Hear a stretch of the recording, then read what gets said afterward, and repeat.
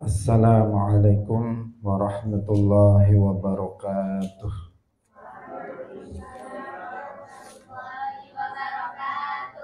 Alhamdulillahi rabbil alamin. Lahul ni'matu wa lahul fadlu wa lahul thana'ul hasan. Wa salawatullahil barrir rahim. Wal malaikatil muqarrabin.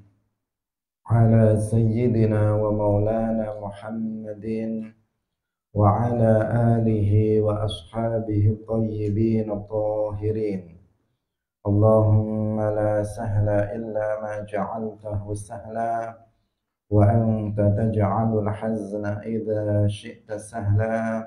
Allahumma arzuqna al-ikhlasa fil niyyati wal qawli wal amal wa ba'du.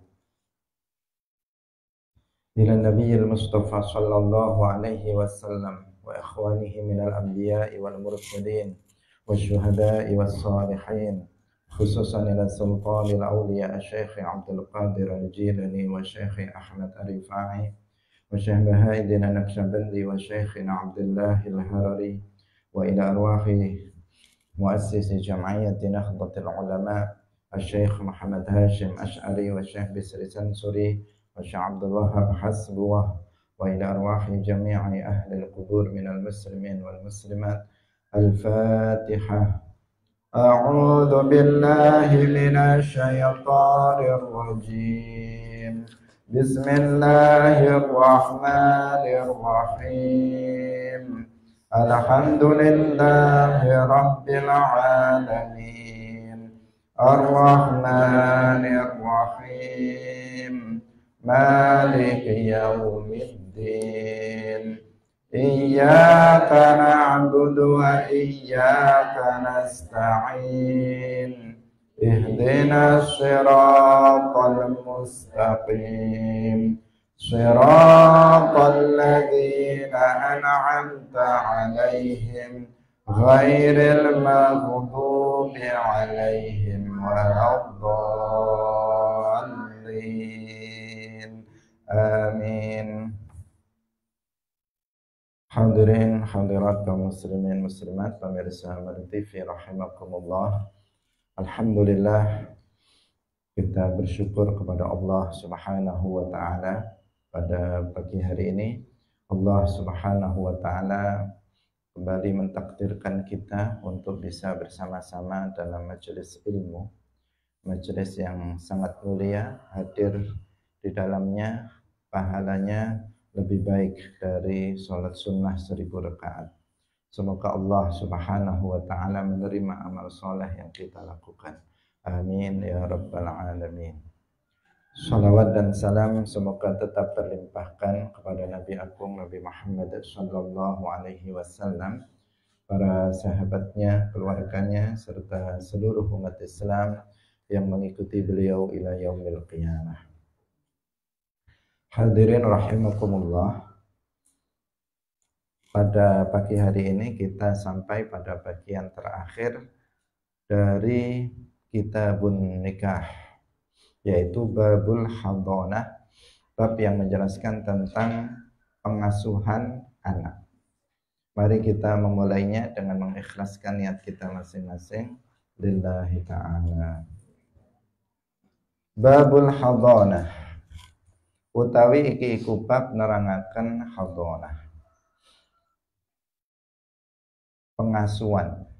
An Abdullah bin Amr radhiyallahu anhuma anna imra'atan, sak temene wong wadon, qalat, ngucap sapa imra'ah, ya Rasulullah, inna ibni, sak temene anak lanang ingsun, hadza iki, hadza yo iki, kana ana apa batni weteng ingsun lahu ketuwe ibni hadza iku wi'aan dadi wadah,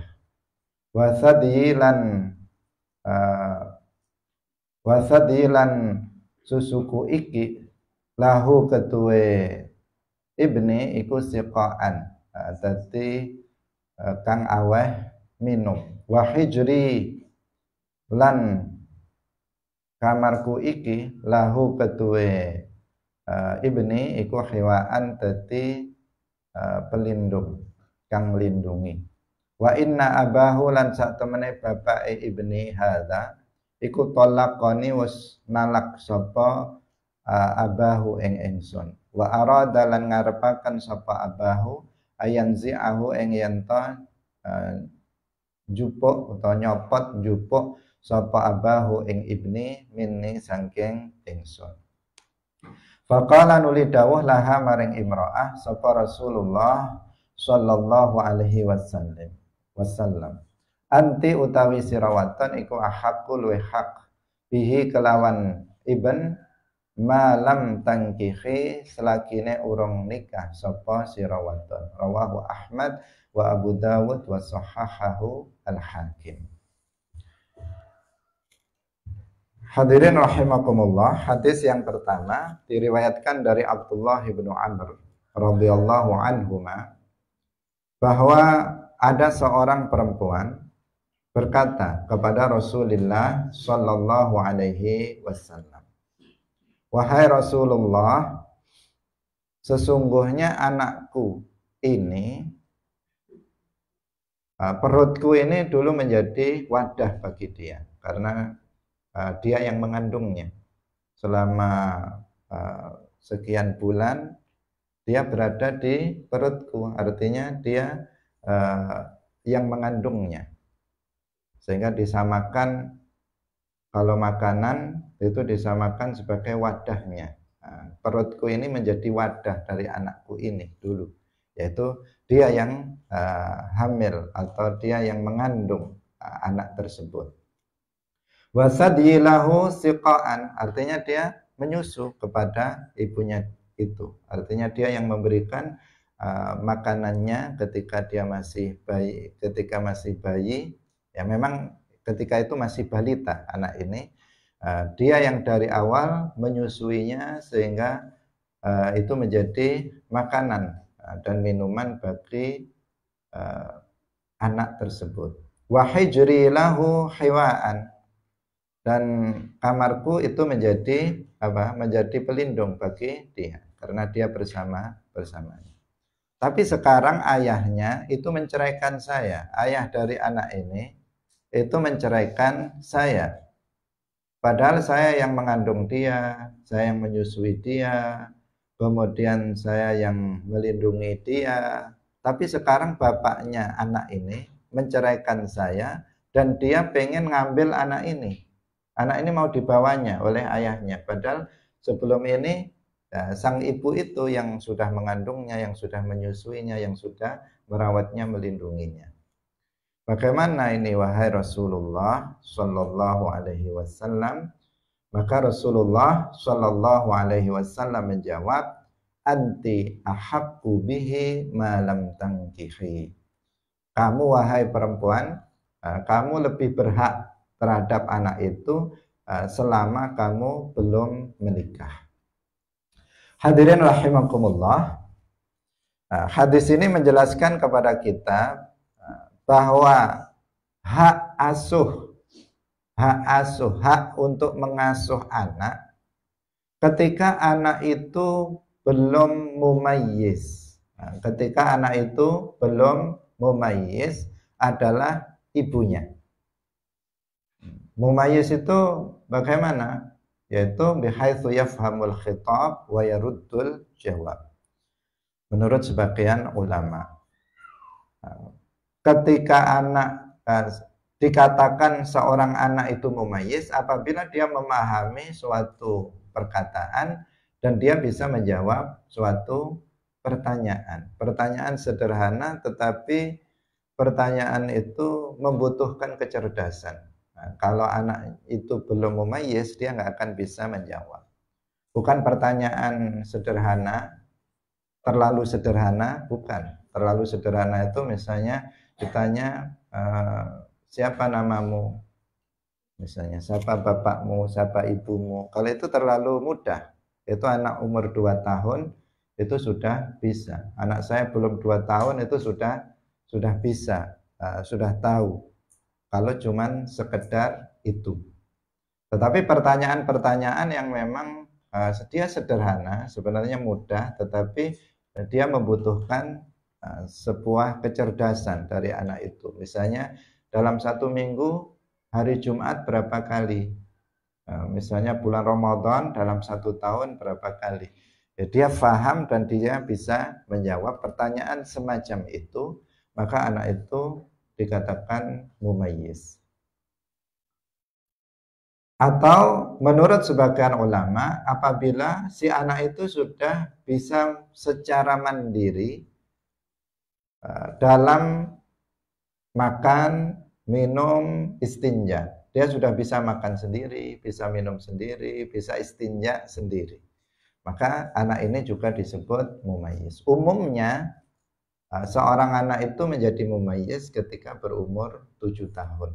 Umumnya, tetapi bisa kurang dari 7 tahun. Ini kita mengatakan umumnya. Sehingga dalam kitab Matan Abi Syuja itu dikatakan 7 tahun. Itu bukan membatasi 7 tahun, tetapi karena umumnya seorang anak menjadi mumayyiz ketika berumur 7 tahun. Bisa kurang dan juga bisa lebih.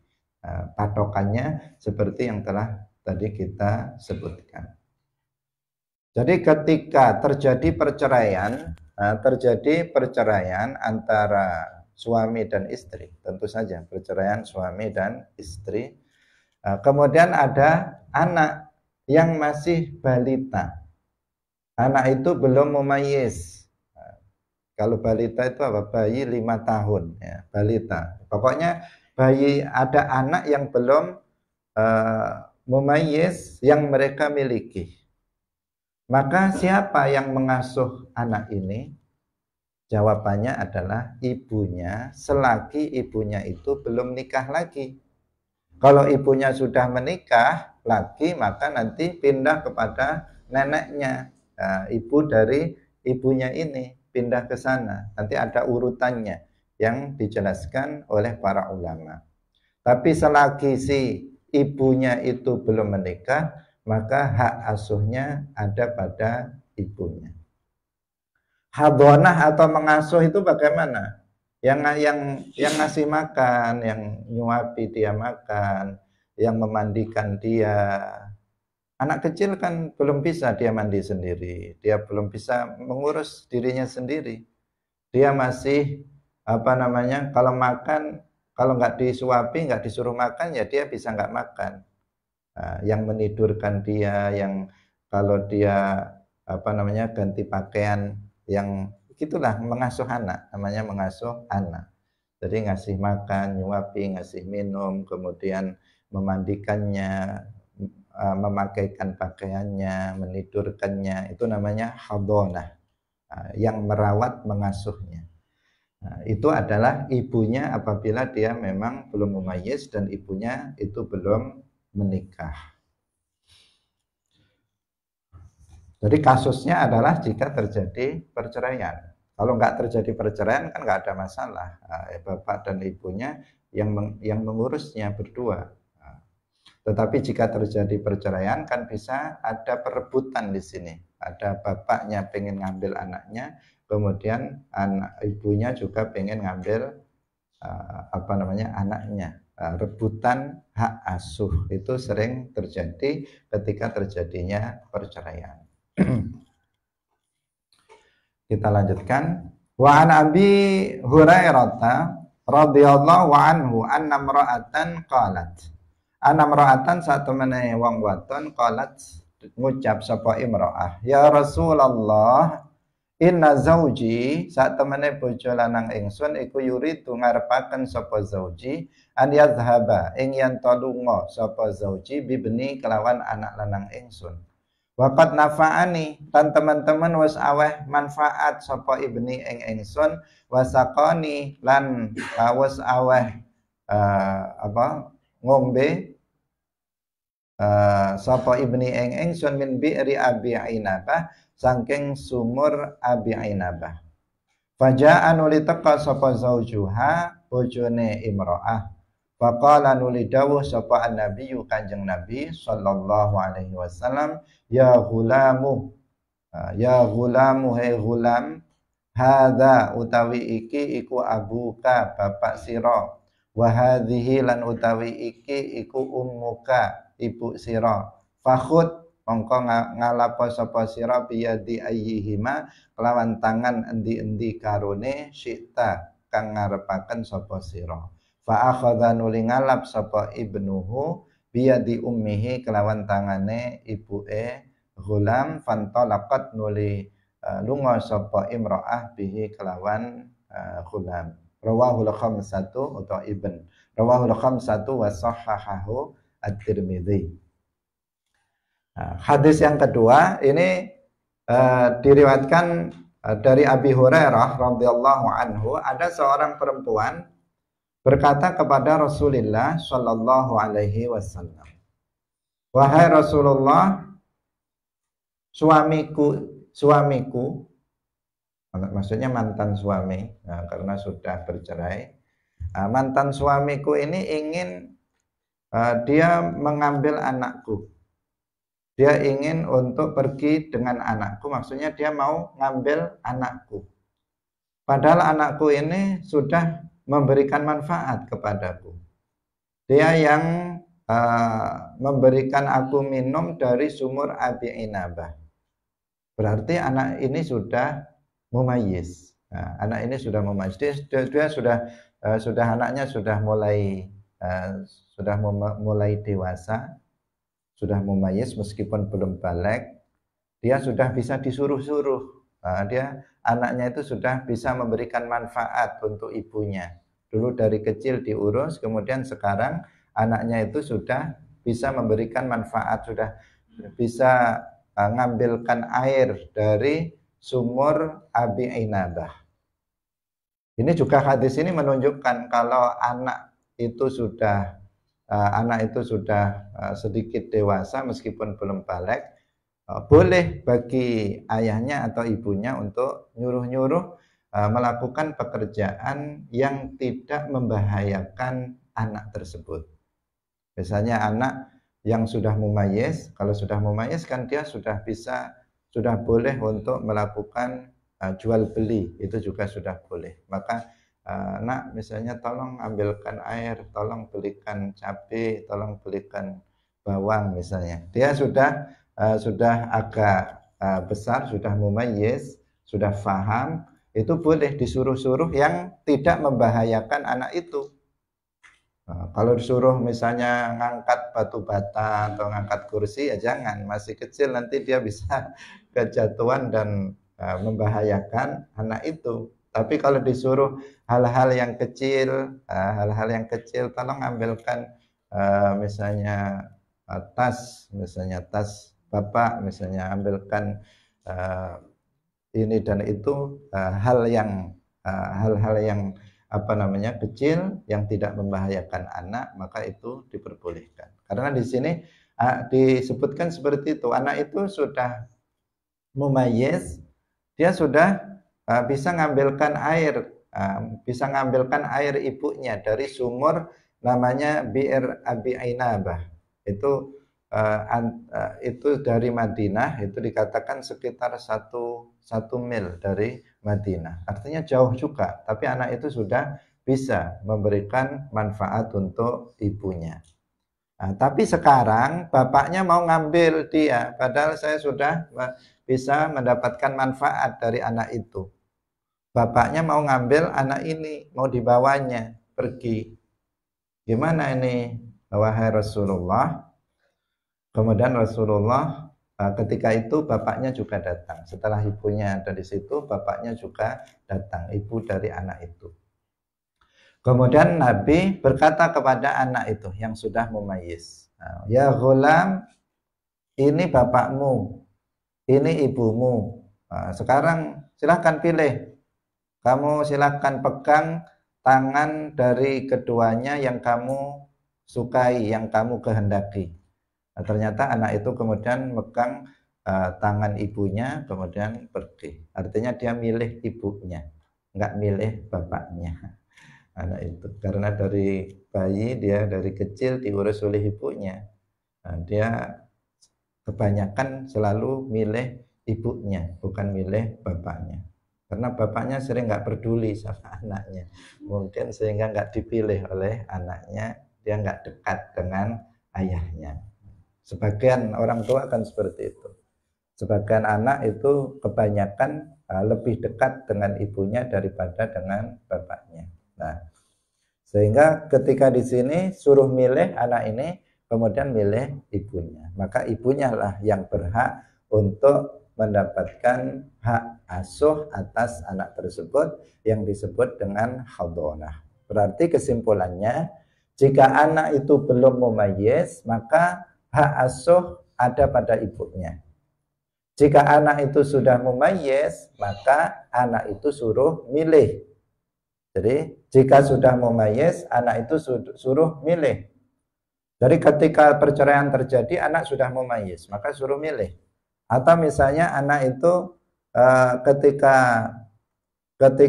terjadi perceraian dia masih kecil, maka ibunya yang mengurusnya selama ibunya belum menikah.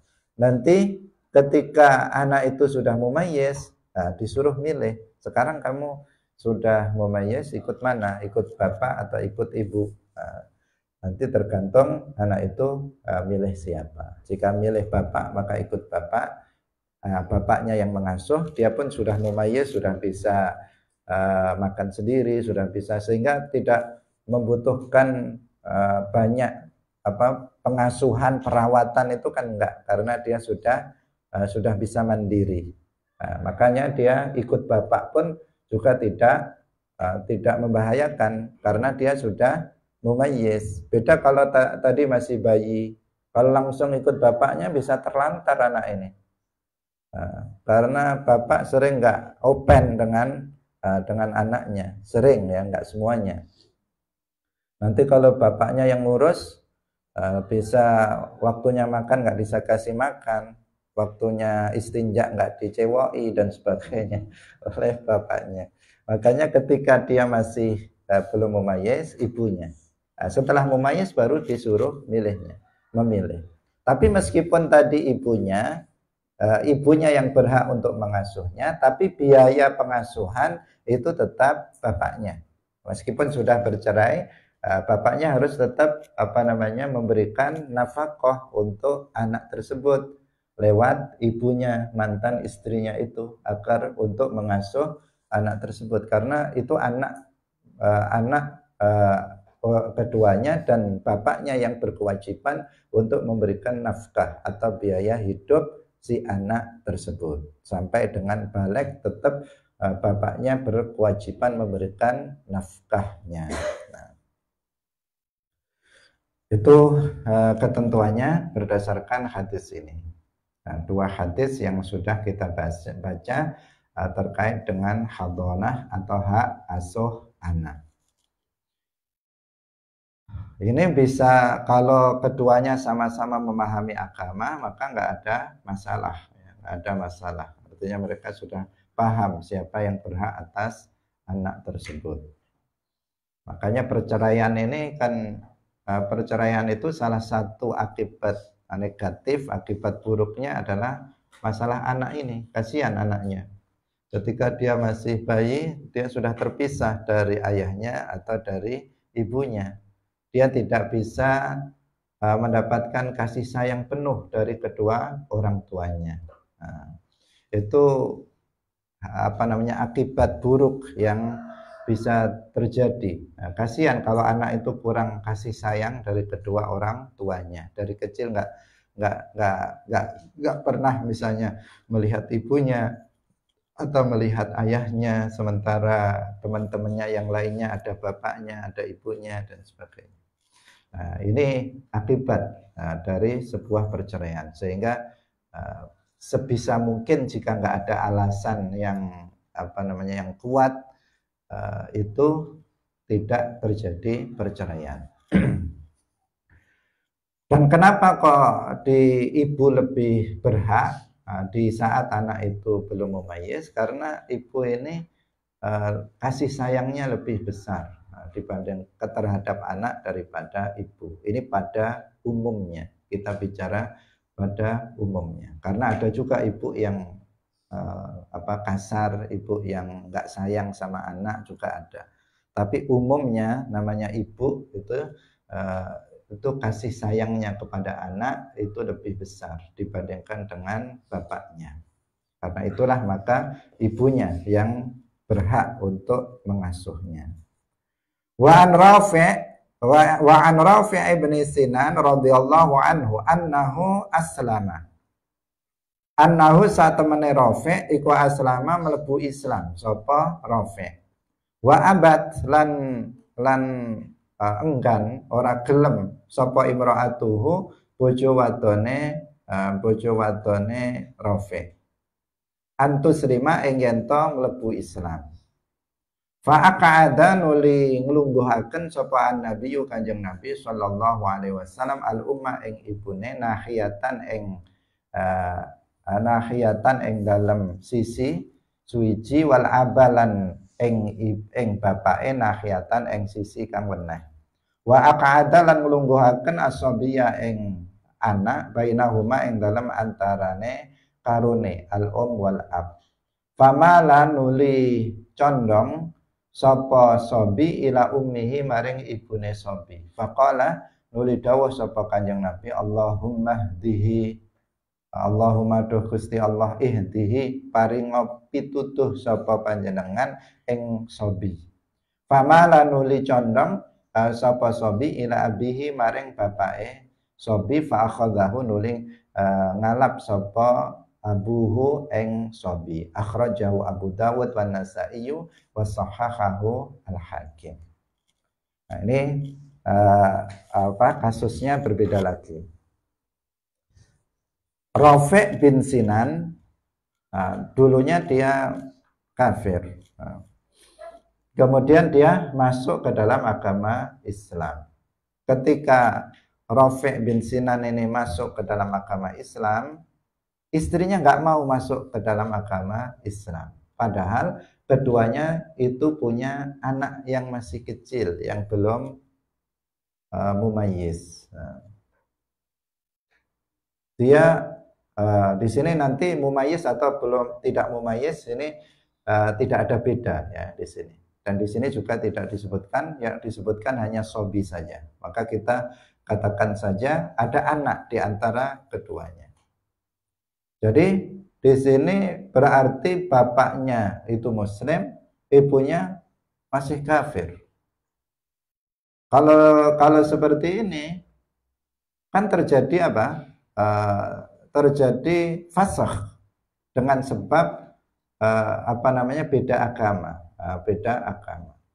Kalau istrinya itu ahlul kitab atau kitabiah Yahudi Nasraniyah, maka pernikahannya itu bisa tetap. Tetapi kalau dia bukan ahlul kitab, maka ketika suaminya masuk Islam, istrinya enggak, berarti terjadi fasakh. Atau misalnya, ini dalam kasus yang lain, misalnya istrinya itu murtad. Kalau salah satu dari suami istri itu murtad, keluar dari Islam, baik dengan keyakinan yang kufur atau ucapan yang kufur atau perbuatan yang kufur, itu kan terjadi infasakhat aqdu nikahihi, artinya batal akad pernikahannya. Jika belum melakukan hubungan suami istri langsung batal, jika sudah melakukan hubungan suami istri itu mauquf sampai habis masa iddah. Jika enggak kembali kepada Islam dengan mengucapkan 2 kalimat syahadat, maka nanti pernikahannya itu sudah batal. Akad pernikahannya sudah terhapus, sudah rusak. Nah, di saat itu kalau ada anak itu bagaimana? Siapa yang mengasuh anaknya? Kalau dalam hadis ini disebutkan Nabi mendudukkan ayahnya di satu sisi, ibunya di satu sisi. Ini sudah bukan suami istri lagi karena istrinya nggak mau masuk ke dalam agama Islam. Kemudian anaknya didudukkan juga di sisi yang lainnya. Kemudian Nabi Shallallahu Alaihi Wasallam itu melihat anak ini condong kepada ibunya, condong untuk memilih ibunya. Padahal ya tadi sudah kita katakan ibu kan lebih dekat dengan anak, sehingga anak ini yang belum mumayyiz ini ternyata dia condong kepada ibunya. Nah, di saat itulah Nabi kemudian berdoa, wah ini bisa milih ibunya, padahal ibunya kafirah. Maka Nabi berdoa, Allahumma hdihi, ya Allah berikanlah anak ini petunjuk. Kemudian anak itu milih bapaknya dan kemudian dibawa oleh bapaknya tersebut. Hadirin rahimakumullah, berdasarkan hadis ini maka para ulama mengatakan bahwa jumhur, ya, mayoritas para ulama mengatakan la hadonata lil kafirah. Jadi perempuan yang kafir itu tidak berhak untuk mengasuh anak. Ini pendapat jumhur. Meskipun dia belum mumayyiz, seorang perempuan yang kafirah, murtaddah misalnya kafirah, dia tidak berhak untuk mengurus anak. Kenapa? Karena ini bisa bisa mempengaruhi anak, bisa mempengaruhi keyakinan dari anak tersebut. Karena kalau bapaknya muslim, ibunya kafir, anaknya kan hukumnya muslim. Anak itu ikut agama dari kedua orang tuanya yang muslim. Kalau bapaknya muslim, ibunya kafir, maka berarti anaknya muslim. Kalau bapaknya kafir, ibunya muslim, maka muslimah, maka anaknya muslim. Pokoknya dia ikut siapa yang muslim, maka anaknya itu hukumnya adalah muslim. Kalau ada di antara kedua orang tuanya itu yang muslim, maka anaknya tetap muslim. Siapapun, apakah bapaknya atau ibunya. Nah, kalau si anak ini diurus oleh ibu yang kafir, nah ini kan nanti membahayakan si anak. Karena betapa banyak anak itu lebih ikut agama ibunya daripada ayahnya. Karena diasuh oleh ibunya yang asuh. Karena di Indonesia ini sebenarnya pernikahan beda agama itu kan nggak boleh. Tapi dalam faktanya ada beberapa orang yang kemudian memaksakan diri sehingga mereka menikah di luar negeri. Nah, mereka menikah di luar negeri, nikah beda agama. Terjadi. Laki-lakinya muslim, ada artis yang seperti itu, laki-lakinya muslim, kemudian istrinya itu non-muslim. Nah, bagaimana anaknya? Kebanyakan anaknya kemudian ikut ibunya dalam masalah ini karena ibunya yang mengasuh anak tersebut sehingga memberikan pengaruh termasuk pada agama si anak tersebut. Anaknya menjadi tumbuh meyakini keyakinan seperti keyakinan ibunya karena memang diajari oleh ibunya tersebut. Karena itulah maka jumhurul ulama mengatakan nggak ada hak asuh bagi perempuan yang kafirah. Sedangkan menurut pendapat yang lain mengatakan sampai tamyiz, kalau dia belum mumayyiz, maka tetap ibunya yang berhak untuk mengasuh. Meskipun ibunya itu kafirah. Tapi setelah nanti anaknya itu mumayyiz, maka nggak suruh milih di sini, langsung dikasihkan bapaknya yang muslim karena ibunya kafirah. Jadi sebelum mumayyiz, dia tetap pada hak asuhnya pada ibu meskipun ibu itu kafir. Tapi setelah anak itu mumayyiz, kalau ibunya muslimah, kan bapaknya muslim kan suruh milih tadi, anaknya yang milih ikut ibunya atau ikut bapaknya. Tapi kalau ibunya kafirah, nggak memilih, tapi langsung dikasihkan bapaknya yang muslim. Bisa difahami? Itu menurut satu pendapat. Tapi pendapat jumhur dari mulai sebelum mumayyiz itu sudah nggak berhak seorang perempuan yang kafir untuk mengasuh seorang anak yang muslim. Tidak boleh. Dan tidak ada hak bagi dia. Karena pentingnya, ini menunjukkan pentingnya agama, pentingnya Islam bagi setiap manusia. Karena dengan seseorang mati dalam keadaan sebagai seorang muslim, dia akan selamat dari keabadian di neraka. Sebanyak apapun dosa seseorang, jika dia mati sebagai seorang muslim, dia tidak akan abadi di dalam neraka. Apabila Allah tidak mengampuni dosanya, dia akan tetap keluar dari neraka dan masuk ke dalam surga karena dia adalah muslim. Itu pentingnya Islam. Karena itulah maka perempuan yang kafirah tidak ada hak untuk mengasuh anaknya, karena ini nanti bisa membahayakan terhadap agama atau akidah dari anak tersebut. Baik itu kafirnya itu kafir asli atau perempuannya, istrinya misalnya murtad, istrinya misalnya terpengaruh oleh Wahabi, terus meyakini keyakinan tasbih dan tajsim, misalnya. Ini kan nanti rusak pernikahannya, kemudian hak asuh anaknya itu pada bapaknya bukan ibunya. Ini penting untuk diperhatikan karena berkaitan dengan masalah akidah.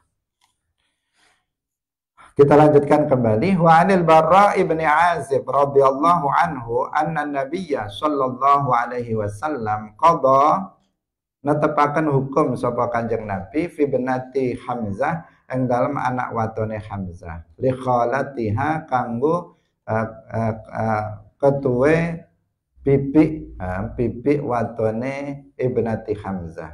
Wa qala lan dawuh sapa Kanjeng Nabi al khalatu utawi bibi, khalah itu bibi dari ibu, iku bimanzilatil ummi, ing dalam kedudukane ibu. Akhrajahul Bukhari wa akhrajahu Ahmad min hadisi Aliyin faqala wal jariyatu inda khalatiha wa innal khalata walidatun.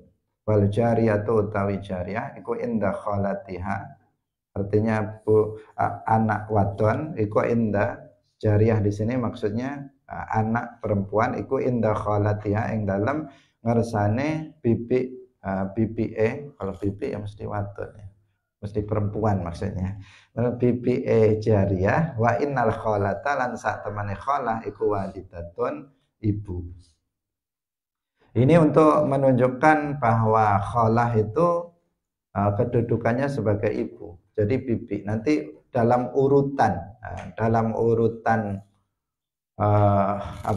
hak asuh setelah ibunya kemudian neneknya, nanti ada termasuk bibi itu juga memiliki hak asuh. Maksudnya setelah urutan sebelumnya itu enggak ada, maka bibi itu memiliki hak asuh dan itu kedudukannya sama dengan ibu,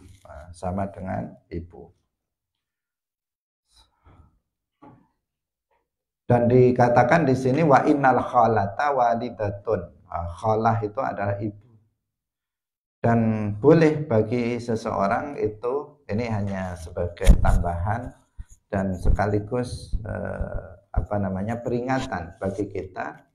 Boleh bagi seseorang itu untuk memanggil orang yang lebih tua. Kalau laki-laki misalnya memanggil bapak, kalau dia perempuan dipanggil ibu, itu diperbolehkan.